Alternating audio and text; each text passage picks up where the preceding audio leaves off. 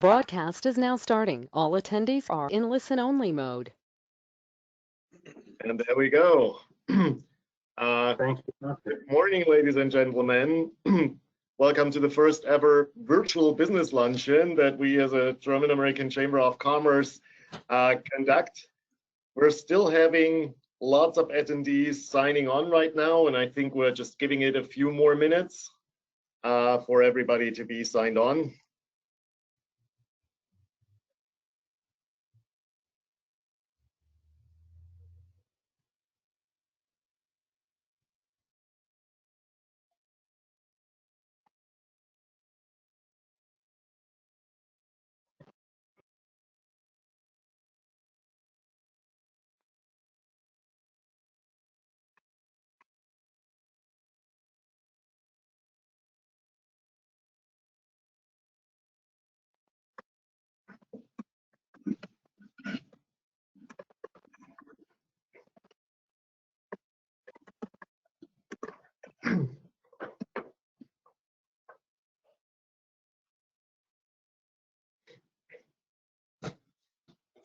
Yeah.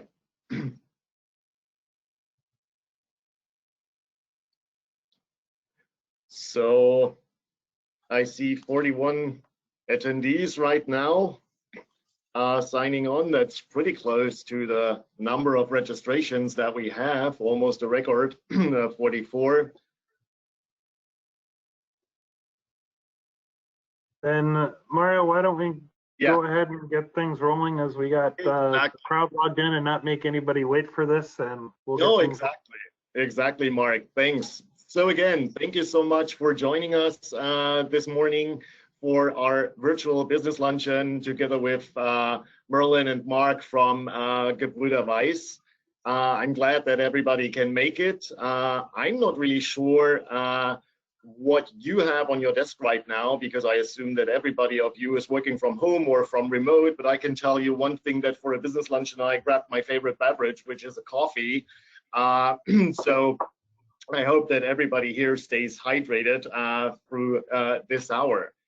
Before we start, just a little bit of housekeeping for our webinar here for our business luncheon. All attendees right now are in mute throughout the presentation. However, you will be able to raise your hand and to ask questions anytime, and then we'll put you through. Once we put you through with your questions, then please introduce yourself briefly before you ask your question, and please also be free to share your webcam so that we can see a little bit of you. It's not mandatory, but it would be nice.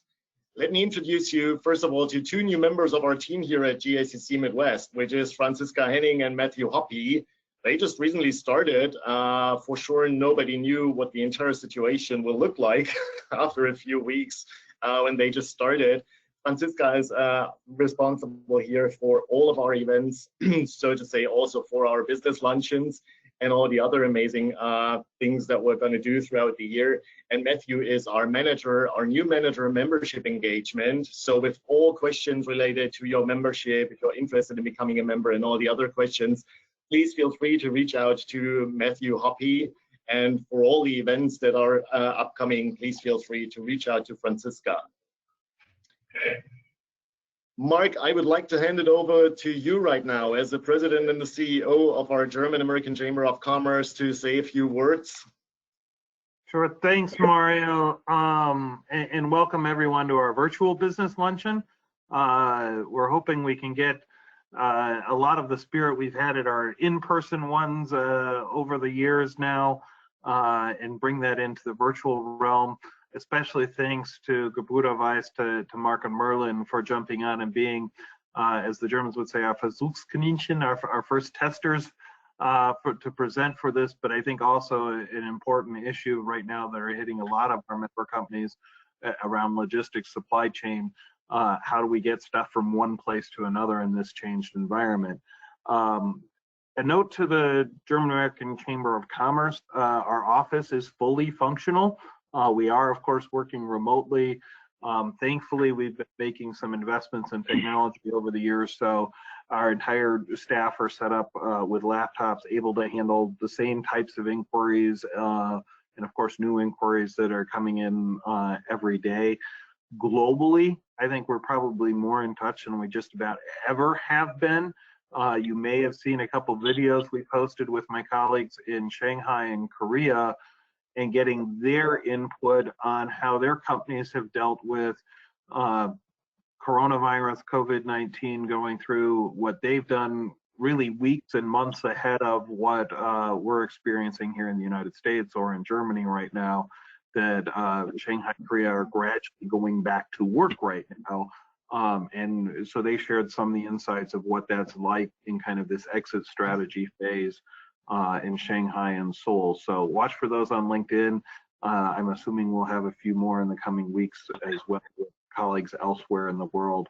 But if you have questions about how things are working in different parts of the world, we can get some of those answers for you as well.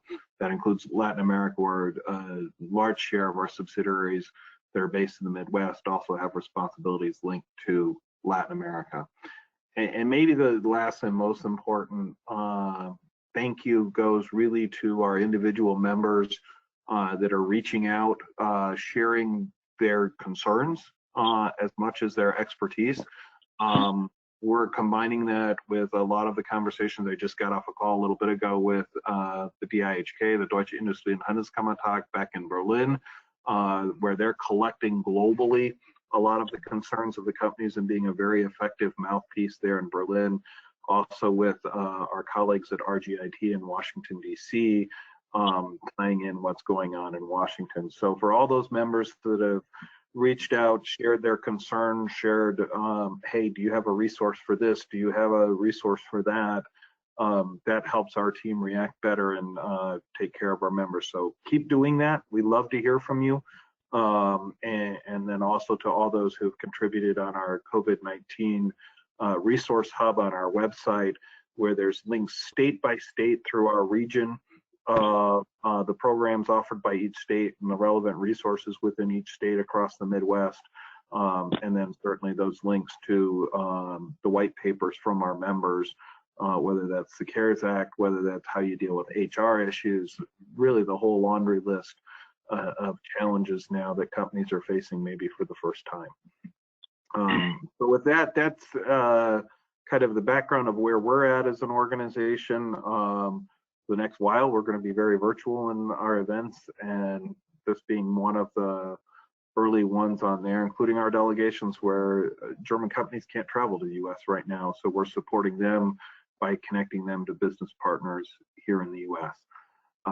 And then so the other one was the last one. This one, PKF Mueller, a big thanks to Dave Nissen and his team there at PKF Mueller for continuing their support of these business luncheons now in virtual mode. Dave's been fantastic in working with us and our team, but also supporting all those members out there.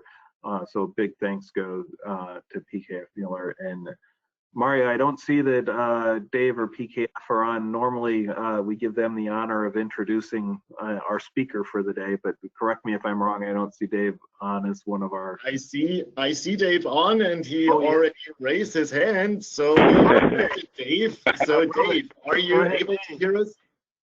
I can hear you really well, Mario and Mark. Awesome, and, perfect, thank you. I wanted to test my hand raising thing. I've never done that before since I was in school, which is a long time ago, but I like this. This is working pretty well. You guys are looking good.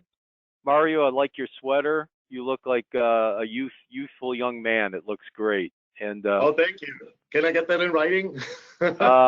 Maybe. Yeah. And Mark, you're looking great. And this is a pleasure to be part of this first ever, virtual luncheon, which is great. It's working, well. And I was really honored when you asked me to do the announcement or to the introduction to Gebrüder Weiss, because I've known these guys for a while now, and they're part of our PKF Star network. And now I'm a little disappointed that Merlin's got the hat on. That's not a Green Bay Packer hat, is it? Or Hey, Oh, I've been home for 2 weeks. The hair has gotten pretty long there. your hair's looking good.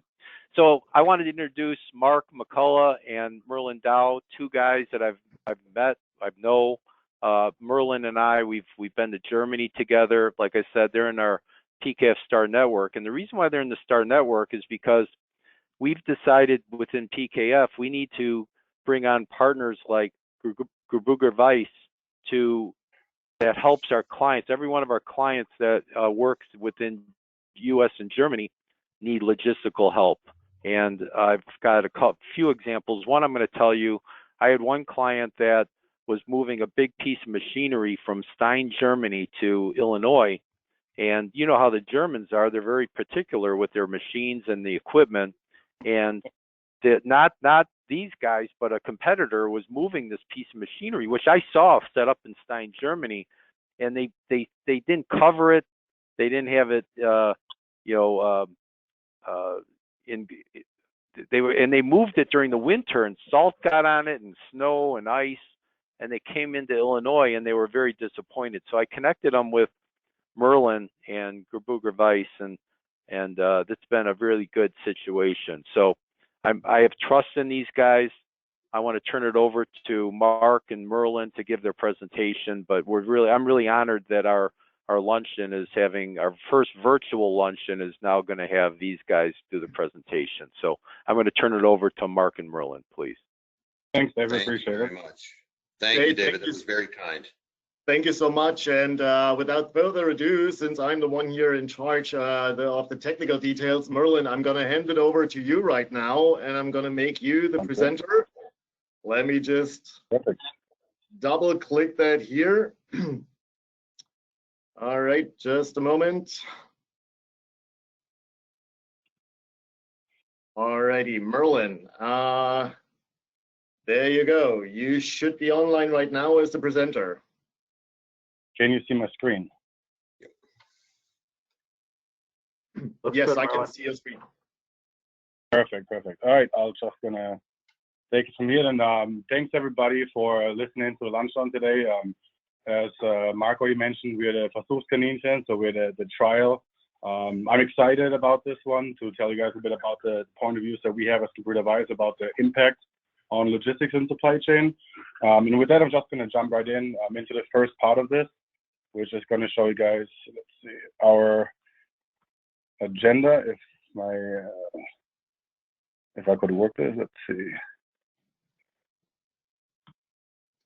There we go. All right, so we're going to talk about a few different topics: air freight, ocean freight, trucking in Europe, the trucking in the US, warehouse services, as well as what some of our clients have been doing. For the air freight, I want to put a couple of visuals in there. I think it's very important for people to understand and also see what's happening around the world. Since the travel ban happened from Europe and also prior to with Asia, we had about 75% of the capacity cut on international air travel. And that's not just for cargo aircraft, it's also for passenger aircraft. So passenger aircraft make up a massive part of our cargo movements. In the belly of the plane, there's typically air freight in every single plane. And to give you an idea, Lufthansa has so far parked about 700 planes, Delta and American about 1,000. And of course, every other carrier has done the same thing. The planes are just sitting there idling, not moving. The same here on the next one. You see some of the United planes. The picture to the right, and that's part of the air freight as well, is there's not enough cargo aircraft. So Lufthansa, Austrian, Cathay, everybody else actually started utilizing passenger aircraft to move cargo. It's typically light cargo. Right now, a lot of them move gloves, mask, and other cargo. They put them in, they put some protective under, and then the screen over it. And with that also being done, we have seen a massive increase in pricing. Pricing in Europe and Asia really has spiked over the past months now.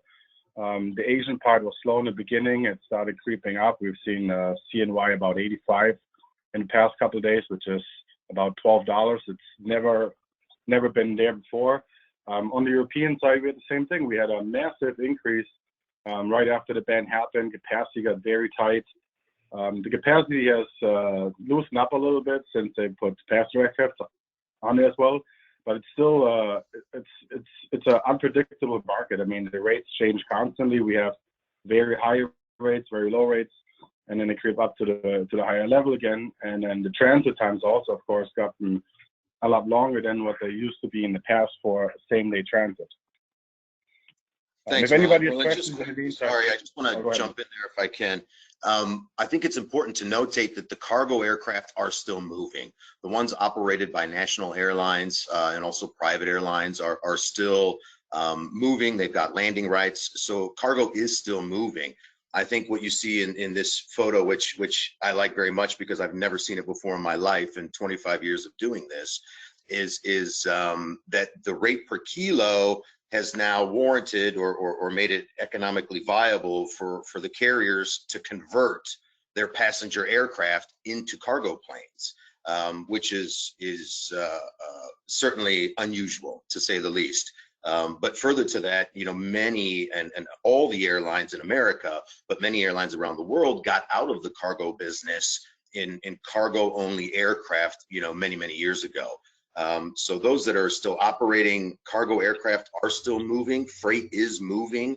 Obviously the capacity is down. And as Merlin said, this is changing every day right now. So, we've never seen such highs and lows, and with people being shifted on lockdown and various states of quarantine, that, it is very fluid and very dynamic and moves on a weekly and sometimes a daily basis. Sorry, Merlin. Thanks, Mark. Ocean freight. On the ocean freight side, the impact started a little bit earlier. With coronavirus starting in China, and most of Chinese companies have really been shut down for many weeks, as long as it's 7 weeks or longer in the region of Wuhan. We have seen an equipment shortage around the world really for the past about 3 weeks now. That's for North America, that's for Europe, that's for the Middle East, like Hamburg, Bremerhaven, and some inland regions in Europe have extreme shortages. They have sometimes no special equipment at all. Even our standard containers, like a 20 and a 40, are very short. We have the same here in the U.S. Chicago's been pretty down in terms of container availability. In the same time, we have seen carriers make things that are very uncommon, which is change of vessels last minute, change of routings. And that put in place further delays on the ocean freight besides first getting a container. And then once you get to the port, the carriers decide, okay, we need to use this vessel for different string today. So it adds like 3 to 4 days in transit time every time they make a change on it. Yeah, I think it's also, sorry, just quick on the relocation of the empty equipment. It's very important to note that, you may have seen it,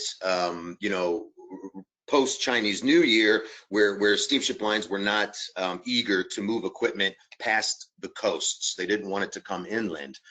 That's because they knew that they would have to shift empty containers back to China, which is a common occurrence because of the trade imbalance. However, these are not normal times. The carriers were sending super vessels, 18, 19,000 TEU capacity, empty virtually to the U.S. West Coast just to move empty equipment back to China in order to get that back into the commerce strings. And of course, we saw China ramp back up, as production came back online, purchase orders were being placed all over the world. And then, of course, it hit in the West, right? Europe started, the U.S. started. And so we saw purchase orders being canceled, freight's now arriving at ports, people have no way to receive it. So these are just some of the challenges that I'm sure some of our audience have experienced or will experience in the future. So, it's very important to be flexible, in order to work through these times, which are obviously very unusual, because as Merlin indicated, we're seeing very unusual patterns in our industry, which had never been seen before. Thanks, Mark. The last part on my side on the ocean freight, I think we're going to see further shortages in the next couple of weeks in Europe as well as here in the Midwest. After that, hopefully it's going to go back into a little bit normal. I mean, the shortage is going to come with the first vessels, I think, arriving in about a week or two, really from China, with the majority of cargo coming in. We'll have a little bit of a backlog at the rail probably for a little bit, and then we have a little bit backlog on the inland destinations. But after that, I think we're going to go back into a somewhat normal situation when it comes to the ocean freight sooner than later. The next topic would be trucking in Europe. Those are pictures that were taken in Europe over the past couple of weeks. The trucking situation has changed rapidly, and same as the air and ocean, it changes hourly, changes daily, changes weekly. I'll show you guys a link here in a second that we can send to you after. But for the trucking part in Europe, there's some very long delays depending on where you're coming from or going to. The longest lines we've seen in the past couple of weeks was about 16 miles long for truckers. Italy, Croatia, Czech Republic, they add additional paperwork for the carriers they have. Some countries only allow citizens from their own country, and even as a truck driver, so if you're foreign national, you're no longer allowed to enter. That's what in Turkmenistan, for instance, that's one of the things that we had. We had to give over the trucks to a Turkmen local citizen and have them deliver the final mile. Let's see, I'm going to show you guys real quick, and like I said, everybody can get this link after. Can you guys see my screen still? Yep. Okay, perfect. So this one here is sixfold. It's a almost live update to show you. Let's just say here it's about a 9-kilometer queue from the Czech Republic to Slovakia for truckers. So down here we got a 4 to 5 hour wait each destination, each way, and then up here I think we have 6 kilometers. Again, it's there's some pretty long wait times. So with the trucking in Europe, that's really going to make a big impact in terms of delivery times. And sorry, I have to go back on the delivery times. I think, Merle, while you're finding your spot there, I think it's something we had discussed yesterday together with the GACC guys. These borders that have been open for many, many years now, there's a lot of people in customs in these respective countries that don't know a time when the borders were closed. So, not only do they have to go back to their old ways of doing things and set up these checkpoints, but they're doing it with limited staff in a very uncertain time with COVID-19, and also people that have never experienced this before. So while it's some of these wait times are building in certain areas, and some, even as we see in further east, are closing their borders altogether. We do expect this to become a little bit more fluid as they work on their processes a little bit. But you have to keep in mind, again, any of us that have driven through Europe in the last, I don't even know how long, 15 years, it's very rare that you get stopped at any checkpoints whatsoever, and you could drive freely from one country to the next. Yep. Thank you, Mark. Trucking for the U.S. On the U.S. side, so far, we have seen not really much of a change. What we see right now is that the spot market for full truckloads will see a little bit of an increase over the next coming weeks. Based on what we have seen so far, we also think that the end of the second quarter, it's probably like June or maybe beginning of third, we will see an increase, like a general rate increase for LTL cargo. And then one of the things that also has changed now, and I'm sure it's going to stay in for the long haul, is a lot more carriers added electronic PODs, for instance, where something in the past everybody still signed a piece of paper and scanned it over to us. Now people actually went ahead and they added some of the devices to have it done electronically. At the same time, we see that customers of ours added additional steps.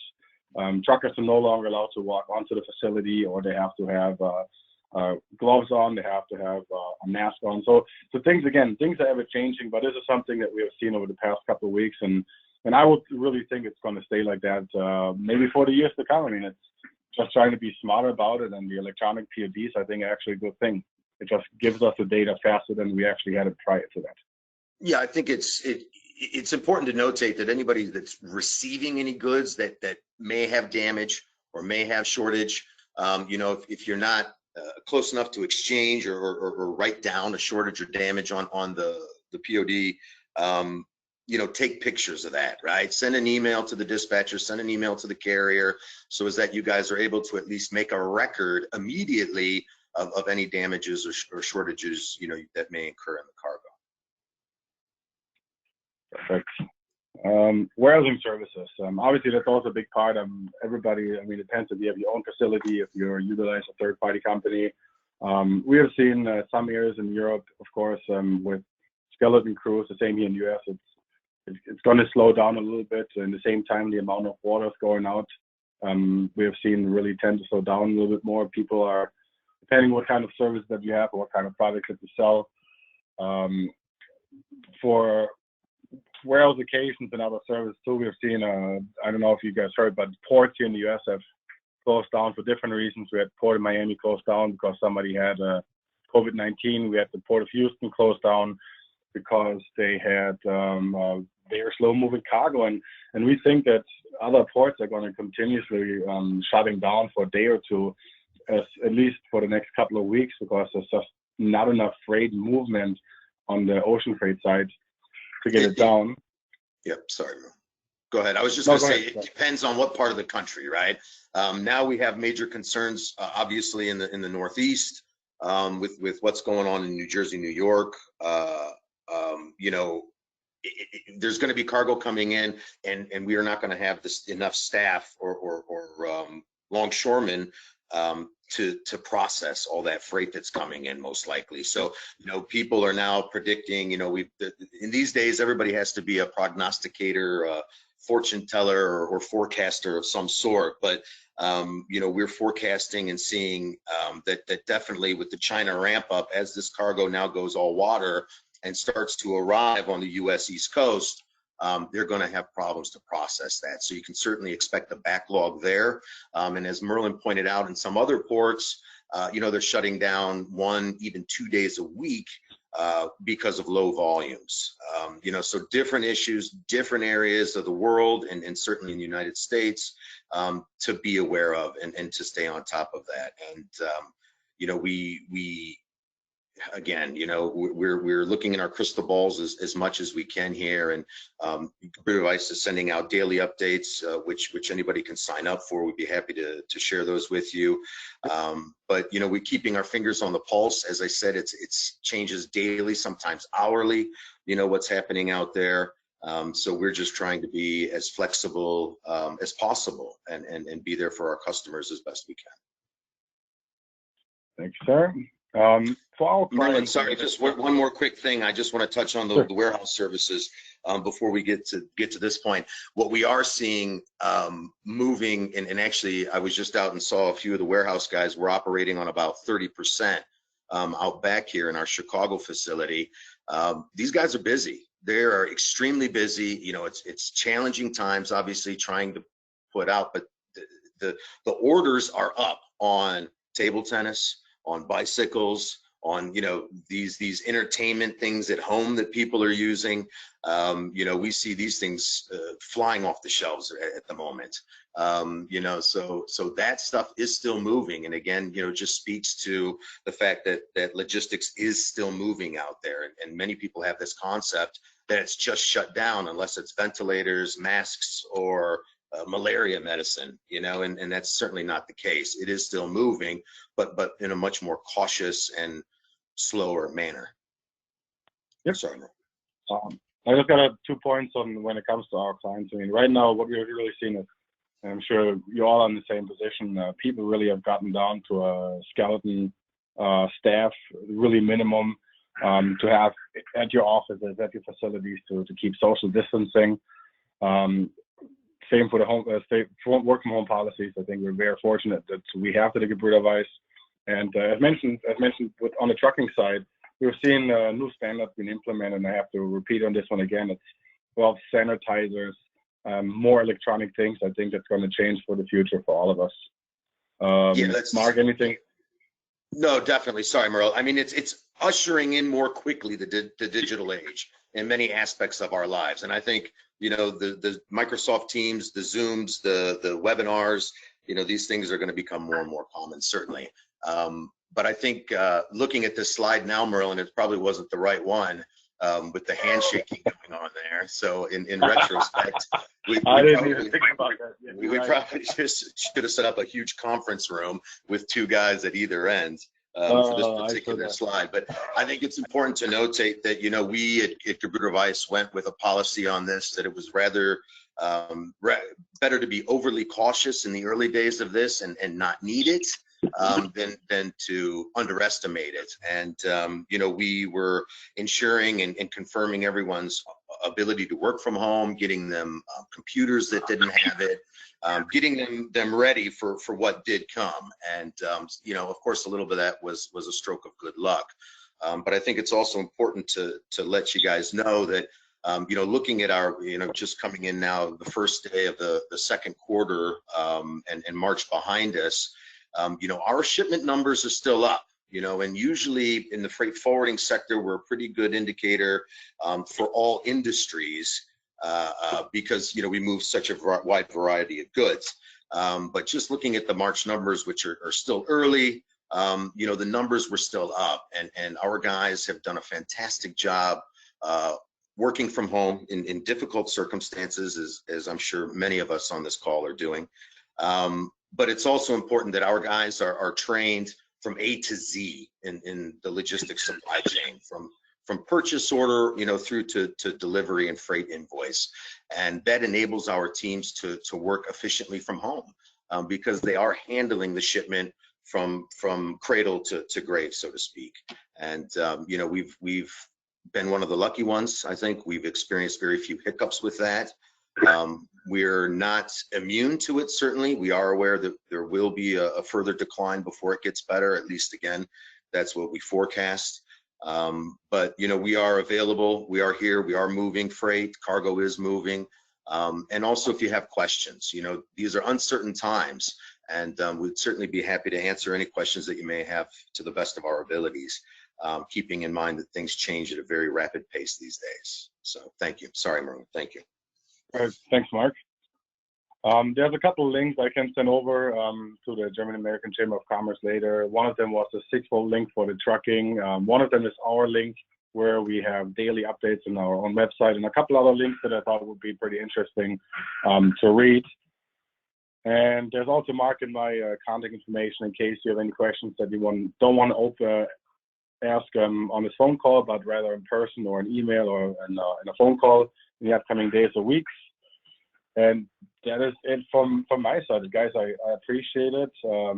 Thank you guys for listening. If you have any questions, please raise your hand now, or like I said, contact us via phone or email. Yeah, thank you also from my side. Thanks to Mario and Mark and everybody over at the Chamber. Certainly thanks to Dave for that very kind and generous introduction. I'm sure he's going to want something for that later on down the line. But I think that, probably hosting a virtual luncheon, he's probably saving on appetizers. So don't let him fool you over there, PKF Mueller, a fantastic firm too. All right, Mario, I gave it back to you. Awesome. Well, thank you. First of all, can you hear me? Yeah, I just took over again as the presenter. Merlin and Mark, thank you so much for the latest updates and the information. And as you just mentioned, the situation changes within the hours. So we all got to stay up to date. Let's talk and let's discuss also with our audience and with our guests here in the webinar, in the GoToWebinar. Here is how we can do that. You can either raise your hand and I can put you through with your question. We're going to unmute you. But you can also use the question panel if that shows up on your screen, basically, to type your question. And I see that there already is a hand there. Dave Nissen, you're unmuted right now, and go ahead. I didn't raise my hand for a comeback on Mark, but I did save some money on the appetizers, so I do agree with that. I thought you may have. But you guys did a good job. But Mario, I just forgot one more thing, and I'm sorry about this, and it kind of pertains to Gebrüder Weiss, but really for our clients. But there's a lot of federal money right now, this PPP program, the Payroll Protection Program. Every company in America ought to be applying for this. So I just want to make a plug. You said there's 40 people on this call. I just want to be sure it's a great program. It's the best program I've ever seen from the government in 39 years. So you need to be getting all over it. So I just wanted to say that before I'll turn it back over to you, Mario. Well, that's great, David. Thank you. Thank you so much. Do we have additional questions here right now? Well, then let me just go in there. I mean, I had a quick chat with you, Merlin and Mark, yesterday about the challenges you have, and basically it trickles down to your clients as well. So what would you describe would be, the most important things that your clients should have in mind when talking to you guys now about logistics? Merlin? I mean, it really depends. I mean, we work with all kind of industries. We work with automotive, we work with food industries, machinery. We have customers in every aspect, and it really depends on what their plan is for the next, I think, 30, 60, 90 days. I mean, the automotive sector really has shut down about a week and a half, 2 weeks ago in North America, in Europe, and Asia.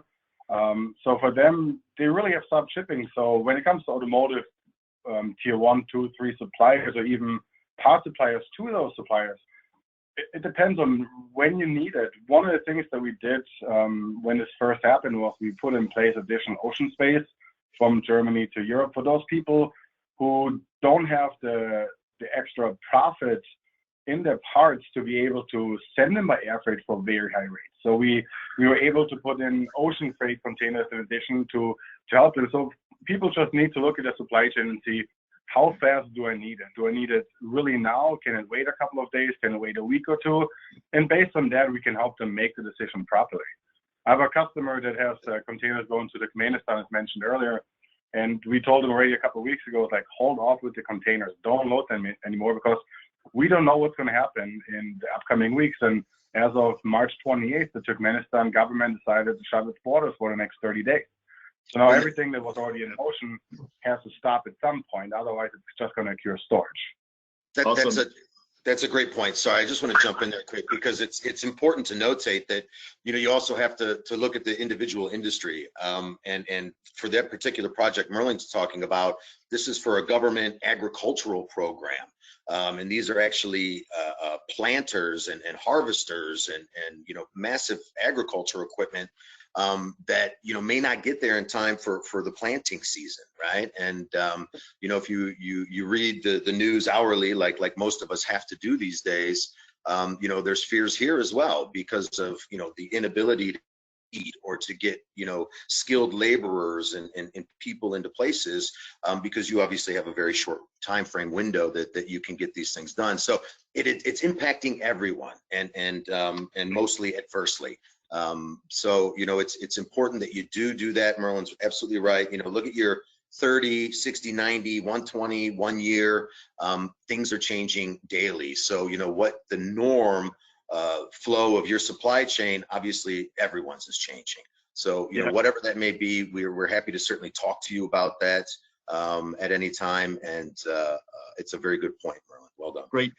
I have Jerry here with a question, and Jerry Strupp, I'm just gonna unmute you right now. So if you want to bring up your question. Yes, my question is shipping, as you alluded, crosses borders and things like that, but there's also a lot of what we call the last mile shipping. It's connecting it from the warehouse and stuff to the specific customers. Is there any problems with backups or shortages or the ability to process those last mile deliveries? We haven't really seen any. Okay, we haven't really seen any problems on the outbound side from warehouse itself. So UPS, FedEx, DHL, TNT, DPD, depending what carrier you use, if it's a parcel. And if it's an LTL shipment, we really haven't seen any problems with that. So there shouldn't be crazy backlogs. The only time the backlog could happen or the bottleneck would be probably currently in the warehouse facility itself, depending on what kind of staffing they have. So if they don't have enough people to process the orders, that's the only time. But on the last mile itself, there shouldn't be an issue. Yeah, all motor carrier operations, even in California right now, are still operating. I mean, we see now that, deliveries have to be confirmed, inability to deliver or a dry run or what have you will incur heavier fees. I mean, sitting at home myself the last couple of weeks. I've been ordering a lot of stuff online, unfortunately, you know, and they're still delivering things, but they're doing it, you know, I'm getting, you know, 3-4 alerts prior to delivery. You know, they're making it very clear that they won't come within that 6-foot radius. So carriers are being very, very cautious. But till now, I just saw the table tennis guys just picked up two large units that they'll go in and deliver inside of somebody's house. Now, again, this can change. Obviously, in New York, New Jersey is a very different situation than what we're seeing so far in the Midwest. But by all accounts, of course, we know we're going to have certainly a higher level of pain here in the coming weeks as well. So keep an eye on that space, because that's definitely fluid. Awesome. Jerry, does this answer your question?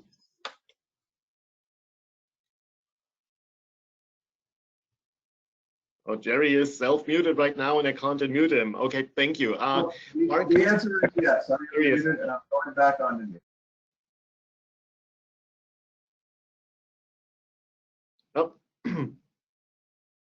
Jerry muted himself again, unfortunately. That's the technology here. Quick question, maybe from my side, to both of you. Yesterday, you mentioned two keywords that basically I also was very interested, because we get a lot of those questions too. Space and rates. Can you give a little more insight into that right now? What was it? Space and rates. And rates. Yeah. Space and rates. Yeah, I mean, I mentioned on the Airfreight portion, space and rates. The space again has dropped 75% or more, depending on what carrier you're looking at. But the average about 75% on the Airfreight side. I mean, of course, supply and demand really cost it, and I think in some places I actually call it price gouging, because to go from like a rate of, like, I call it €1.50 from Frankfurt, Chicago, to all of a sudden go up to 21 euros to 35 euros. I mean, those are the rates that we've seen in the first week. And then since then, it has dropped again. It has raised again. Like I said, it's a roller coaster. It's a crystal ball. We don't know what the rates are going to be like tomorrow. I mean, every carrier is different. Every shipment is different. Space on that part is still also an issue. I mean, in the past, when you have an air freight from Frankfurt or Stuttgart or Munich, anywhere going into the US, usually it flies on a Wednesday out of Germany, it arrives on Wednesday in the United States. We don't have this right now. A lot of times we have it where you can pick something up, it's ready on Wednesday, and then the carrier maybe gives you a space and allotment on a Thursday, Friday, Saturday, depending on the size of the shipment. For China, for instance, it's a lot worse. On the China inbound side, China to the US, we've seen transit times, depending on shipment size, at 10, 15 days. It's been something that has never been seen before. It's unprecedented. But it's, again, for both sides, for the European as well as for the Asian, it has eased up a little bit. This is, I think, mainly because of the automotive sector being shut down. I think once Fiat, Chrysler, Ford, General Motors, once all of them reopen in the US as well as in Europe, I think we're going to see a massive increase in cargo again, which of course will drive up the rates to the ceiling one more time. Awesome. Great. Thank you so much. Let me check for panels here if we have more questions coming in or more people want to add. I don't see any open questions right now. Feel free to raise your hand here, or to type your questions into the question panel so we can see it and we can put you through to Mark and Merlin right now.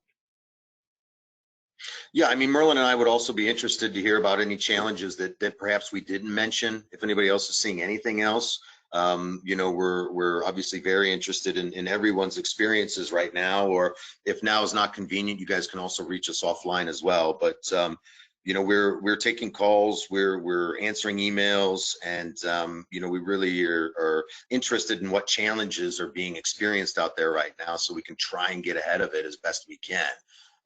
But like I said, I mean, if now's not the proper time, you know, certainly offline, we'd be available for that, or to answer any other questions. Awesome. Perfect. Yeah, there is indeed no other questions coming. Oh, there is one more. Stuart, Stuart Fishback. Hey, I just unmuted you, Stuart. If you would be so kind to quickly introduce yourself and then ask your question. Yes, my name is Stu Fishback. I'm actually with the Pinkerton company. And I'm just curious, have you been seeing any increase in criminality across the regions, like break-ins, thefts, such from your warehousing locations and things like that? I have not. I have not, and I think that's I don't know what to attribute that to. I guess there's just not a lot of people even out and about right now. I'm sure, as everybody can see, but no, there's been no increase in any sort of pilferage or even vandalism or anything like that, which sometimes we see. And we've gotten no reports that I'm aware of either from the rail yards, which sometimes when containers and other freight moving on the rail, they can be affected somewhere along the supply chain from wherever it may be getting on the rail as well. But I've had no reports from any of the rail lines either that they're experiencing a spike in that. I don't know, Merlin, if you've heard anything from your clients or. No, nothing at all. Same as usual when it comes to that. Thank God. Yeah. All right, thank you. Pleasure. All right. And we've got Geoffrey Samari. Geoffrey, I'm gonna unmute you right now. Introduce yourself quickly and then just ask your question.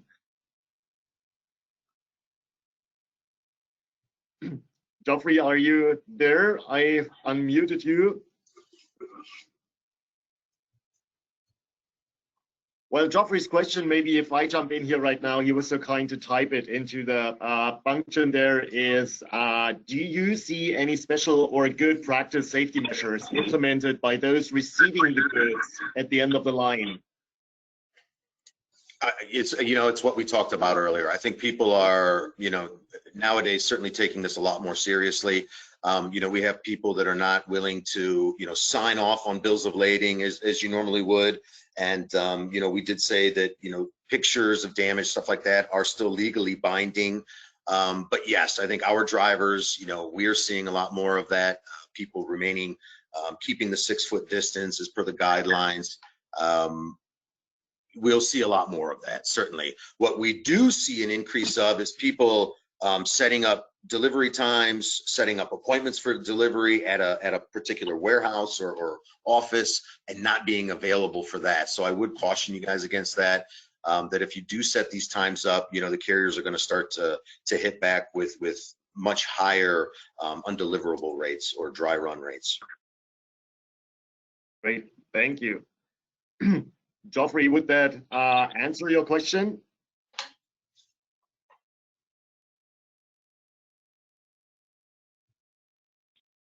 All right, I think, oh, Geoffrey typed yes. Okay, so we're good. Let me just go through it. Okay. So far, I don't see any other questions in here right now, but sometimes it just takes a little while longer. So I don't want to wrap it up before having given everyone the chance to ask. Deborah, we've got a question here from Deborah Shizi. Is that right, Deborah? I just unmuted you. Yeah, can you guys hear me okay? I can't hear, I'm sorry. Yeah, I couldn't either. Deborah is unmuted now. There we go. Deborah, can you hear us? Because we can't hear you right now.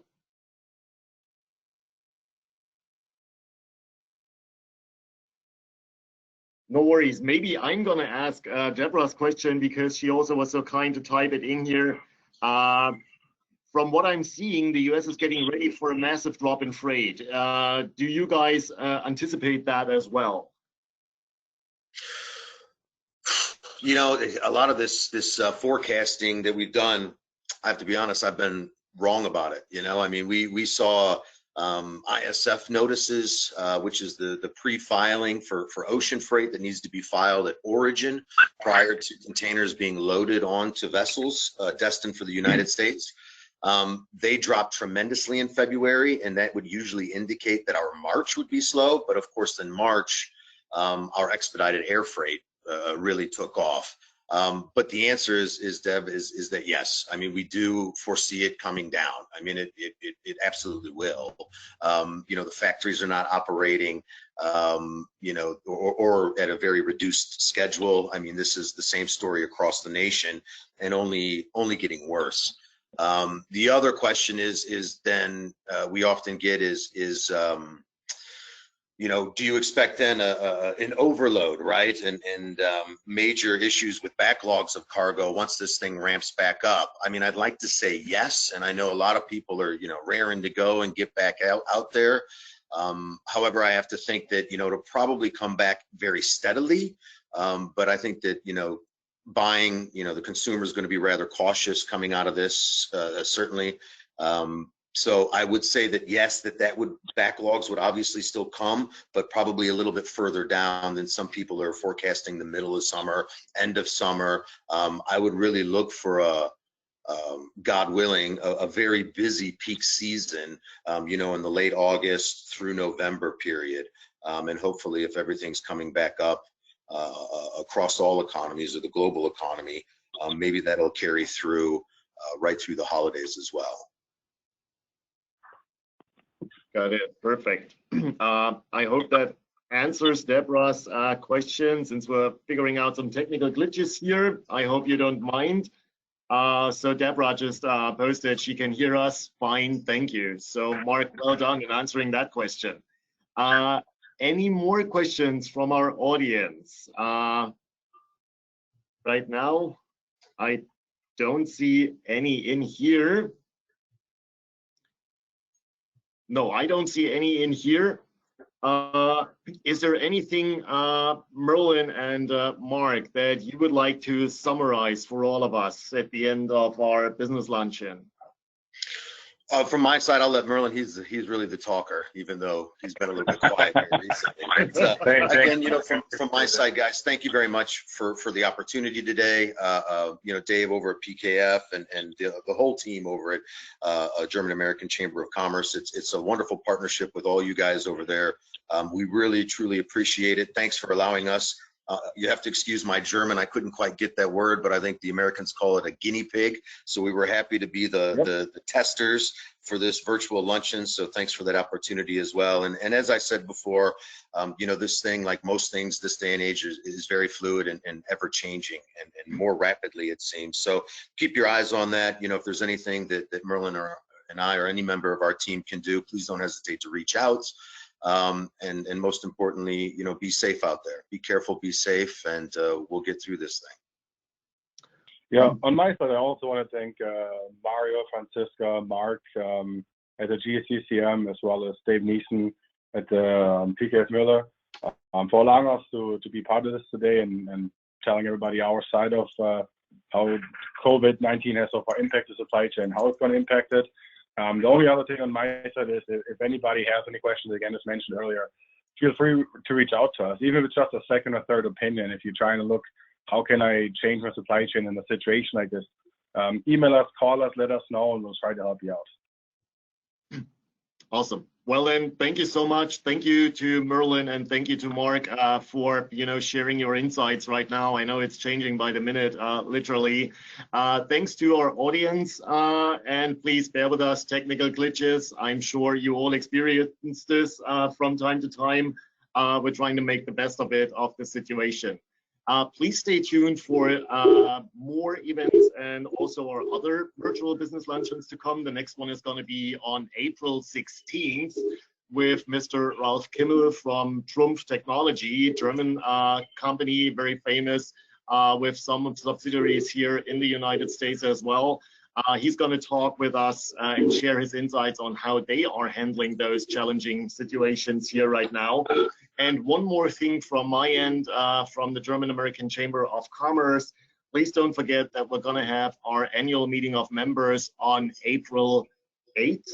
And this is your last chance to check if you're already hinted in your proxies for the election of our board of directors. Thank you so much. Again, thanks also to David and PKF Mueller for sponsoring the entire Business Luncheon series. And yeah, stay safe, stay healthy, and stay tuned. Thank you. Thank you, everybody. Thank you.